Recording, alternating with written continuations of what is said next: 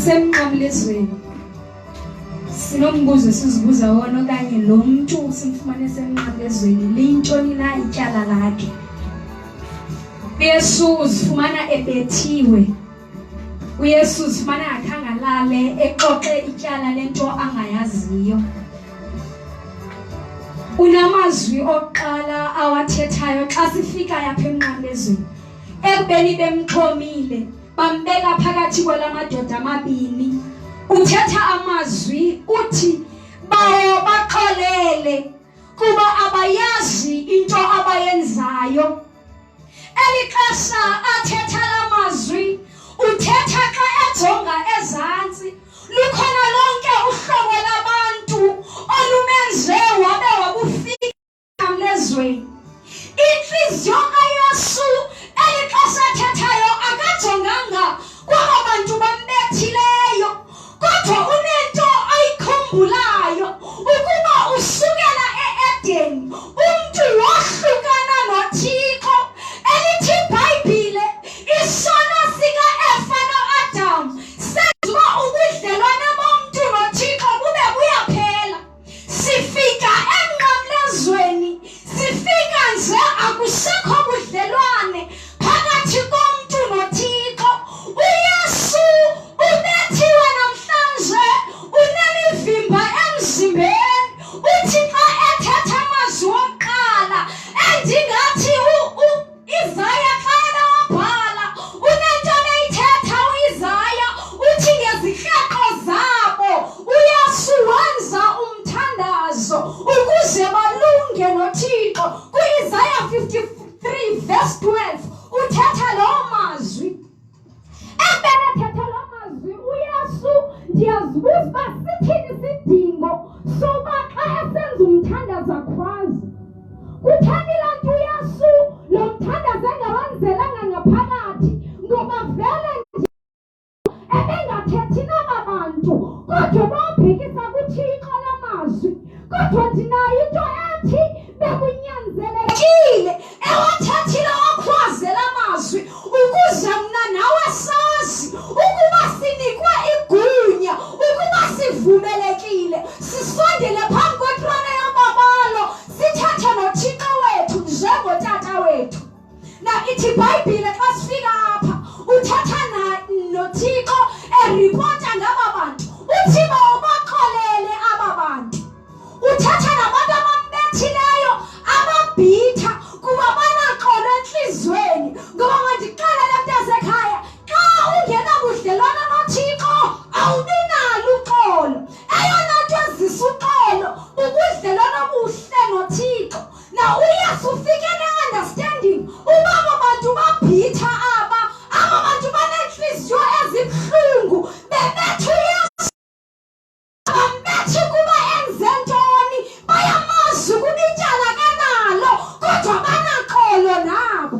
Na uYesu xa ethetha uthi bawo baxolele.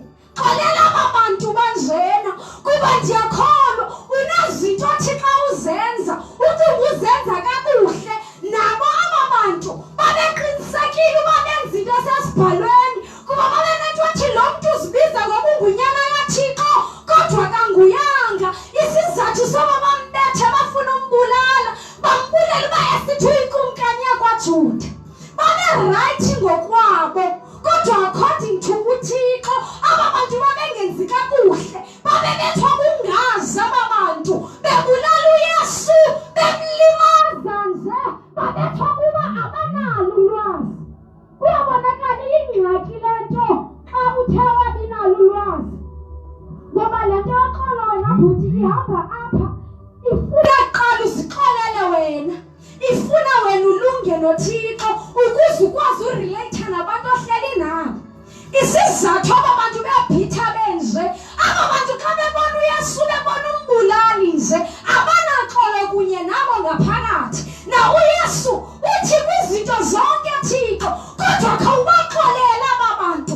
Uthi umthandazo endinawo kukuba uxolele izirhexo zabo ukusuka kwabo kubo. Ndizile mna ndinguYesu to restore the relationship onayo nabantu bakho. Ixesha lokureconcile umntu noThixo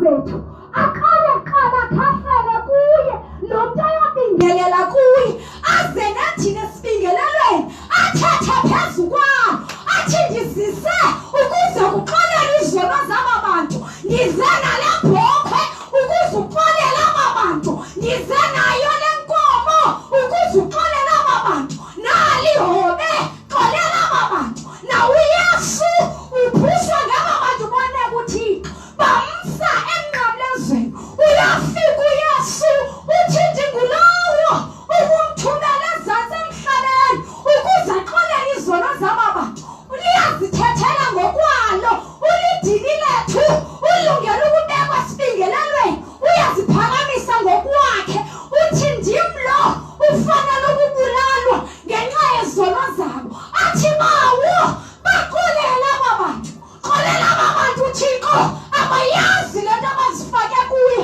baxolele Thixo abayazi ubisuke edeni le nto baxolele Thixo ngoba lo Efa watya kube ngasi uthi bawo xolela aba bantu. Nasifika aba bantu banje baqinisekileyo uba benza into right ngobulala uYesu abayazi uba bazalisekisa okanye bebengayiqondi mhlawumbi ukuba they are fulfilling the purpose of God. Aba bantu aba bebesenza le nto efuna nguThixo. Aba bantu aba bebulala lo mntu nje benza le nto uThixo ingenzeka.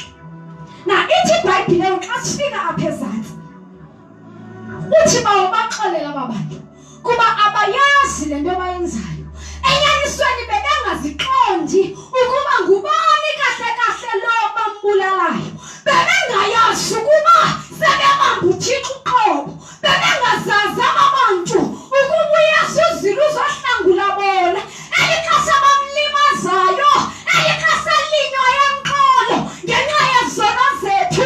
Bebengayiqondanga aba bantu kodwa lithi iBhayibhile uthi uPawulos xa ethethayo ukuba babayazile ukuba ngubani kahle lona abamlimazayo ingazange bambulale. Babengazumbulala uYesu ngoba babengazuyazi ukuba nguye luzohlangula thina.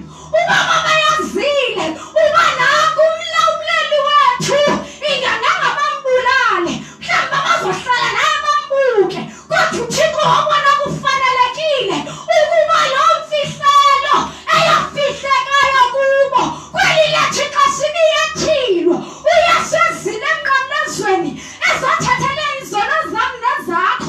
Akusekho sidingo sokuba wena ube uziphilela ngale ndlela uziphilela ngayo. Akusekho sidingo sokuba uhlale ezonweni.